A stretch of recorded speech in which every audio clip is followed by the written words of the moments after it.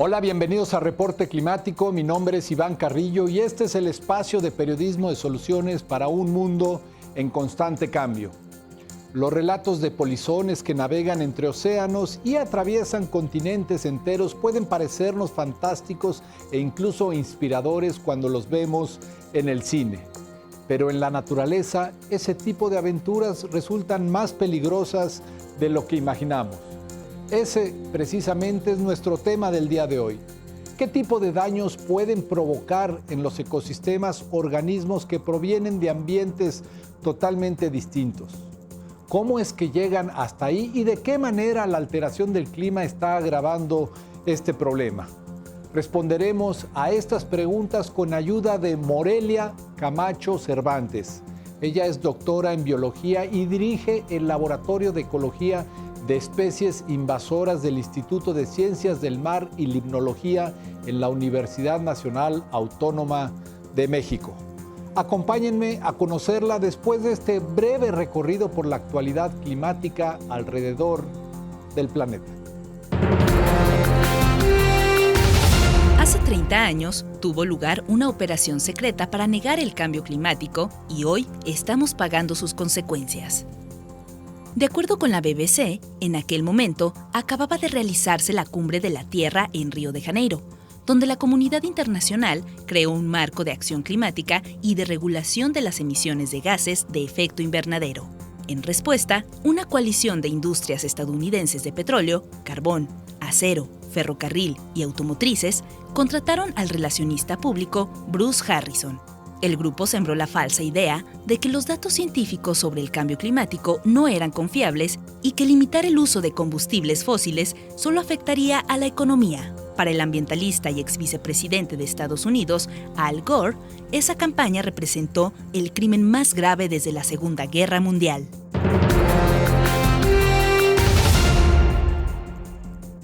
El 80% de la biodiversidad mundial se encuentra en los trópicos. La mayoría de los seres humanos vive en dichas regiones y comprender su funcionamiento es clave para enfrentar problemas globales, como el cambio climático. Sin embargo, un reciente artículo publicado en PLOS Biology señala que la ecología tropical está ausente en los programas de estudio y los libros de texto de las licenciaturas en biología.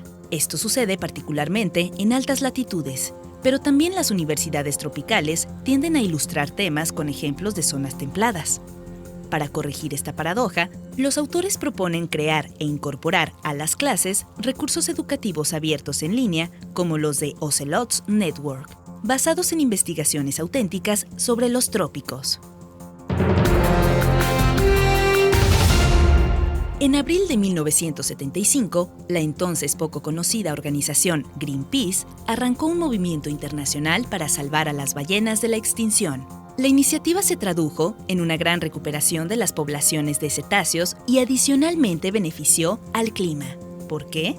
Según la ONU, durante su larga vida, las ballenas almacenan enormes cantidades de carbono y evitan que éste suba a la atmósfera y la caliente. Su excremento es fundamental para el plancton, el conjunto de microorganismos que han absorbido 40% de exceso de gas dióxido de carbono. Y por si fuera poco, al morir, las ballenas sirven de alimento a muchas especies marinas y lo que queda de ellas se hunde en el océano, manteniendo atrapado el carbono durante siglos o incluso milenios. A menudo, cuando usamos la palabra exótico o exótica, es para referirnos a algo o alguien extravagante o raro. No obstante, en biología el término se utiliza para hablar de aquellas especies que no se originaron en cierto lugar, sino que llegaron hasta ahí por algún fenómeno inusual o acarreadas por el ser humano, en cuyo caso se les llama especies introducidas. Puede que estos organismos, también llamados no nativos, no tengan ningún rasgo estrafalario, pues lo que en realidad los vuelve exóticos es estar fuera de su rango de distribución natural. En un inicio, llaman poco la atención y parecen inofensivas. Sin embargo, con el tiempo, las especies exóticas son capaces de invadir un ecosistema y transformarlo hasta que quede irreconocible. A la larga, terminan golpeando la salud de las comunidades humanas. Y por supuesto, la economía. Un ejemplo contemporáneo de la pesadilla que pueden provocar las especies exóticas es el del sapo de caña. Este anfibio es nativo de América del Sur y América Central, donde cumple un papel insustituible como estabilizador de las poblaciones de insectos y, a su vez, es regulado por sus depredadores naturales. A principios del siglo XX, a los científicos se les ocurrió que el sapo de caña podía ser útil para el control biológico de plagas en las plantaciones de azúcar, y con tal finalidad fue introducido en Puerto Rico. Aparentemente, la medida tuvo éxito sin mayor perjuicio, y el sapo de caña ganó popularidad como herramienta. Se calcula que, a la fecha, el sapo de caña ha sido introducido en más de 100 países. Llegó hasta Hawái en 1932. Ahí las condiciones climáticas y geológicas lo mantuvieron a raya y los científicos pensaron que funcionaría igual en Australia, donde lo introdujeron en 1935. Fue entonces cuando las cosas se complicaron. Los sapos no hicieron nada por las plantaciones de caña, pero sí se reprodujeron y dispersaron. Aunque solo un puñado de ellos fueron liberados en una localidad muy específica de la costa oriental australiana, pronto la especie invadió otros territorios hasta ocupar toda la mitad norte de la gigantesca isla. Los sapos de caña han tenido un gran impacto en los ecosistemas de Australia. No solo se alimentan de insectos, sino que cazan casi cualquier cosa: aves, reptiles, otros anfibios e incluso pequeños mamíferos. Además, compiten por los recursos con los animales nativos, pero estos últimos están en desventaja. ¿La razón? Los sapos de caña son venenosos en todas las etapas de su ciclo de vida, por lo que pueden matar a los depredadores locales que intentan comérselos. En la actualidad, el sapo de caña continúa expandiéndose en Australia a una velocidad de entre 40 y 60 kilómetros por año. La especie prácticamente ha atravesado la isla de este a oeste, muchas veces transportada por accidente en macetas o en cargamentos de madera. Anualmente, el gobierno australiano destina varios millones de dólares al manejo de los sapos de caña. La historia del sapo de caña no es un asunto aislado. Por desgracia, las especies exóticas abundan en distintas partes del mundo. Esto nos dice al respecto Morelia Camacho. Que nosotros de alguna manera las hemos ayudado a moverse. Aunque hay casos en los que se mueven ellas solas, es decir, a través de vectores naturales como corrientes o eventos como huracanes o a lo mejor tsunamis, la mayor parte de las veces estas especies se mueven a causa de nosotros. A veces, con algo tan cotidiano como caminar, podríamos estar contribuyendo a la dispersión de una especie exótica.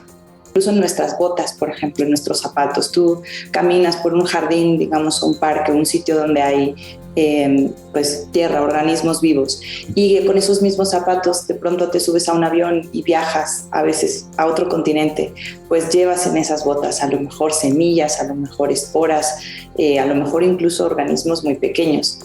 Y como este ejemplo, digamos, hay muchos ejemplos, ¿no? A lo mejor se van en las verduras que importamos y exportamos.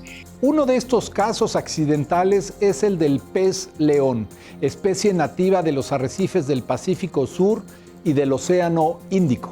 El pez león es una especie que se movió en agua de balastre, o se cree que se movió en agua de balastre, que es esta agua que utilizan los barcos para controlar su flotabilidad. Entonces toman agua en el sitio donde la necesitan y la sueltan cuando ya no la necesitan. Y esto tiene que ver con cuando van cargados y cuando no van cargados. No siempre van cargados, entonces cuando van de vacío tienen que compensar tomando agua, y cuando cargan tienen que liberar esta agua. Entonces lo que sucede es que pues el agua la toman en un sitio y la liberan en un sitio muy distinto, muy lejano. Entonces esto fue lo que pasó con el pez león que llegó al Caribe y al Golfo de México. El problema es que en esos sitios el pez león carece de depredadores naturales. Entonces sus poblaciones van creciendo más y son mejores competidores que los pececillos comunes de arrecife, y luego además pues cazan estos pececillos comunes de arrecife. Y por otro lado no tiene un uso comercial, digamos, no es que lo consumamos de manera normal. es venenoso, o sea, tiene como en sus espinas como componentes tóxicos, y luego tiene un cierto comportamiento que también le permite ser como muy exitoso a la hora de evadirnos cuando intentamos erradicarlo. Para contrarrestar la invasión del pez león en lugares como Florida, las comunidades organizan torneos de pesca donde la misión de los buzos es aniquilar el mayor número posible de individuos de esta especie. Pero lo que sucede es que aunque el esfuerzo fuera muy, muy grande, este pez tiene la capacidad de bajar a profundidades donde los buzos, donde los humanos ya no podemos estar por tiempo prolongado. Entonces, ¿qué pasa? Que en la superficie, o en la semisuperficie, en los primeros 15 metros o tal vez hasta 20, donde los buzos pueden estar, digamos, por hasta, 25, 35 minutos. Cazan todo lo que hay, pero algunos de estas especies se van pues por debajo de estas profundidades. Cuando termina la temporada de caza, lo que hacen es subir. Y entonces, al no erradicar por completo la población, pues esta población siempre está haciéndose más, como regenerándose, ¿no? El pez león es apreciado entre los dueños de acuarios, por lo que también es posible que los repetidos escapes a la naturaleza sean causa de su extensión en el Golfo de México y el Mar Caribe. Esto lo vuelve un ejemplo más cercano a la introducción intencional de especies exóticas. Que es porque nosotros las queremos o necesitamos en un sitio diferente. Pasa mucho con las mascotas exóticas y con las plantas ornamentales. Y que históricamente muchas de las grandes invasiones biológicas que se han dado ha sido justo por eso, porque se han movido especies para hacer jardines, y hay ejemplos con aves, ejemplos con plantas.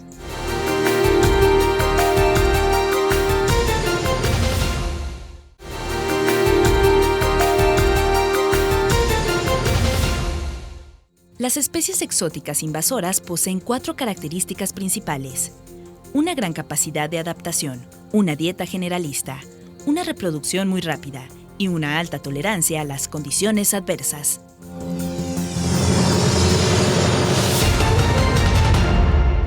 Pero ojo, una especie exótica no necesariamente es una especie invasora. Morelia Camacho hace la siguiente distinción. Mira, hay algunas especies que movemos y no nos generan grandes impactos. Y en este caso, estas especies se quedan con la primera nomenclatura que tú utilizaste. Se quedan como especies exóticas o como no nativas. Cuando ya empiezan a causarnos problemas, ahí es que empezamos a llamarlas como invasoras. Y los problemas, pues, son de todo tipo. A veces son de salud, como hay algunas especies invasoras que transmiten enfermedades. Uno de los ejemplos más sonados son el de los mosquitos Aedes aegypti y Aedes albopictus, que son los que transmiten la malaria, el Zika, el chikungunya. Por otra parte, hay especies invasoras que lo que más afectan son los cultivos agrícolas, como ocurre con la mosquita blanca del tabaco. La mosquita blanca del tabaco genera muchísimas pérdidas en Cuba, por ejemplo, y no es originaria de Cuba.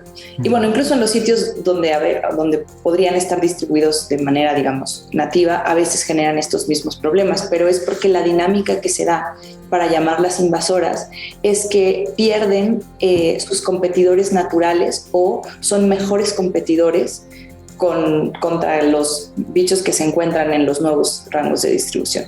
Y al ser mejores competidores y a la vez no tener depredadores naturales, pues sus poblaciones van creciendo de manera muy descontrolada, y entonces se convierten en poblaciones que no tienen ningún tipo de control. Y lo que sucede es que estamos viendo comunidades completamente dominadas por una sola especie.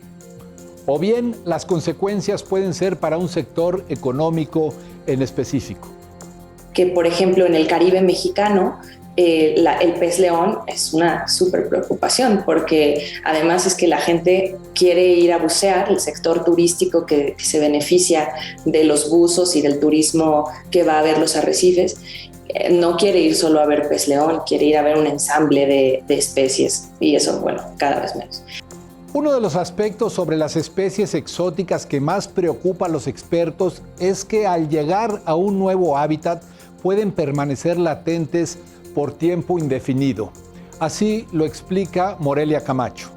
Que no parecen, o algunas especies exóticas que en ciertas condiciones no parecen dañar el ecosistema como tal, o sea, como que de cierta forma se insertan y permanecen ahí, lo que no se sabe es hasta cuándo, ¿no? A veces eso puede ser un lapso de 50 años y de pronto algo cambia y entonces la población hace boom. Ahora, lo que se teme con el cambio climático es que influya inevitablemente en el potencial invasor de las especies exóticas. Pero, ¿hay manera de pronosticar el rumbo que tomarán este tipo de seres vivos? Hay forma de prever algunas cosas, pero al final los ecosistemas son tan variados, el mundo es tan diverso, que los cambios son caso por caso. Los cambios que se van a dar son caso por caso. Y las predicciones son caso por caso también. Lo que se sabe de antemano es que la temperatura global seguirá aumentando en lo que resta del siglo. En este sentido, el escenario más optimista indica un calentamiento de 2 grados Celsius, mientras que la proyección extrema es de hasta 4 grados Celsius más de temperatura. Quedándonos en el escenario, digamos, conservador, de que vayan solo a subir 2 porque vayamos a cumplir estas metas para reducción de gases de efecto invernadero y tal, lo que va a pasar es que no todas las regiones van a incrementar la temperatura. De manera promedio sí, pero habrá regiones que disminuyan su temperatura y habrá regiones que la aumenten, o habrá regiones que presenten sequías más prolongadas. O sea, este cambio climático se va a ver en varios ejes, ¿no? Se va a ver en el eje de la temperatura, que es el más sonado, pero se va a ver en catástrofes naturales más frecuentes y más intensas, huracanes más frecuentes, más intensos. Se va a ver en sequías prolongadas o en temporadas de lluvia muy intensas, que esto va a generar pues inundaciones. Dichas manifestaciones del cambio climático podrían abrir ventanas de oportunidad para la invasión de especies. Por ejemplo, en cuerpos de agua dulce, cuerpos de agua dentro de los continentes, estos aumentos de la precipitación en algunos casos puede generar que haya cuerpos de agua que se conecten. Cuerpos de agua que no estaban conectados, que ahora se conectan, hay un intercambio de especies. Y los organismos exóticos suelen tomar la delantera gracias a su resiliencia, es decir, a la capacidad para sobreponerse a los embates del cambio climático y volver a un estado de equilibrio. Las especies invasoras y las que se convierten eventualmente en invasoras tienen la característica de ser muy plásticas. Entonces pueden como irse ajustando en su comportamiento, en su fisiología, en su morfología, incluso a veces para sobrepasar estos cambios. Y eso es lo que normalmente hacen cuando ya se mueven de un sitio a otro. Pues se mueven y el sitio donde llegan no tiene esas características para las que ellos evolucionaron por los miles de años que les tomó evolucionar, y lo que hacen es adaptarse, y se adaptan de muy buena manera y son muy tolerantes. A diferencia de las especies nativas que más bien requieren que sus ecosistemas se mantengan en balance, de lo contrario se enfrentan al riesgo de desaparecer. Las especies que están en peligro de extinción son lo opuesto, son especies que tienen unas características muy particulares que necesitan que se cumplan todas estas características para poder permanecer sus poblaciones y crecer sus poblaciones. Entonces, conforme las condiciones vayan cambiando, las especies que están en peligro de extinción estarán cada vez más en peligro de extinción, porque las condiciones se van a volver cada vez más agrestes para ellos, mientras que las especies exóticas van a verse beneficiadas o tal vez no, en algunos casos beneficiadas, como las especies que se mueven de zonas tropicales a zonas más frías. Esas se verán beneficiadas porque llegarán a un sitio pues, que tenga una temperatura más cercana a su temperatura nativa. Pero si no beneficiadas, pues por lo menos no les va a importar tanto, porque serán capaces de sobreponerse a estos cambios de una manera más rápida que las otras especies. En resumen, la tendencia es que el cambio climático y las especies invasoras hagan sinergia. Eso significa que sus impactos no solo se sumarán, sino que se potenciarán al actuar en conjunto. De manera global, lo que los científicos intentamos hacer es hacer predicciones de los sitios donde podríamos encontrarlos, utilizando las proyecciones que van haciendo quienes modelan cambio climático. Entonces, por ejemplo, nosotros podríamos elegir una especie de esas que movemos con mucha facilidad, supongamos el pez león, y entonces dices, ok, el pez león, ¿qué características necesita en su hábitat para establecerse, ¿no? Y dices, bueno, necesita una temperatura de tal a tal, necesita salinidad, todas las características que pueda necesitar. A partir de estos datos, los investigadores pueden elaborar mapas de probabilidades e indagar más allá. Te dice, mira, en estos sitios con 80% de probabilidad podría establecerse, porque se cumplen el 80% de las características que esta especie necesita. Pero cuando ya le metes lo siguiente, cuando dices, bueno, ¿y qué pasaría si aumenta la temperatura? Entonces lo que sucede es que esa área se vuelve más grande porque se cumplen las características en más sitios. En Colombia, por ejemplo, un gran problema ya y en los próximos años son los hipopótamos que están en el río Magdalena. Entonces, como que, claro, conforme vaya aumentando la temperatura, el río Magdalena va a ir siendo cada vez un mejor hábitat para los hipopótamos. Y luego pasa también con el sargazo, por ejemplo, que esa es una súper preocupación en la región Caribe también, porque el sargazo se reproduce mucho más rápido, crece mucho más rápido a temperaturas mayores. Entonces, si el agua aumenta, aunque sea muy poquito, aunque sea 0.2 grados o 0.5 grados, eso acelera el metabolismo del alga. El siguiente paso es que los estudios permeen en la sociedad y puedan inspirar acciones ciudadanas. A nivel sociedad, casi lo que nos preocupa es lo que nos afecta directamente.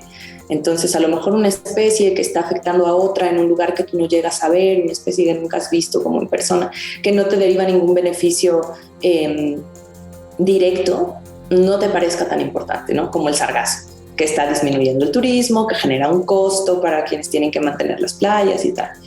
Esto no quiere decir que los que mencioné antes no sean importantes, o sea, esas especies que a lo mejor no conocemos y que también se ven afectadas, al final del día también nos generan beneficios, ¿no? Porque para poder tener estos servicios que nos brinda la naturaleza para nuestra calidad de vida, necesitamos el ensamble completo, los que vemos y los que no vemos. Y esto es tan importante como la participación del Estado. Lo que necesitamos es que la gente se comprometa en la causa para las cosas que puede cada persona hacer desde su casa, pero además para las políticas públicas y las responsabilidades que debe tomar el Estado o los estados para cumplir estas metas de reducción de gases de efecto invernadero. Hay algunas cosas que el ciudadano promedio no puede controlar, como por ejemplo cuántos gases emiten una fábrica o qué hace una fábrica con sus desechos. Eso el ciudadano promedio puede empujar para que se cree legislación a través de hacer activismo y a través de hacer propuestas legislativas a través de organizaciones no gubernamentales,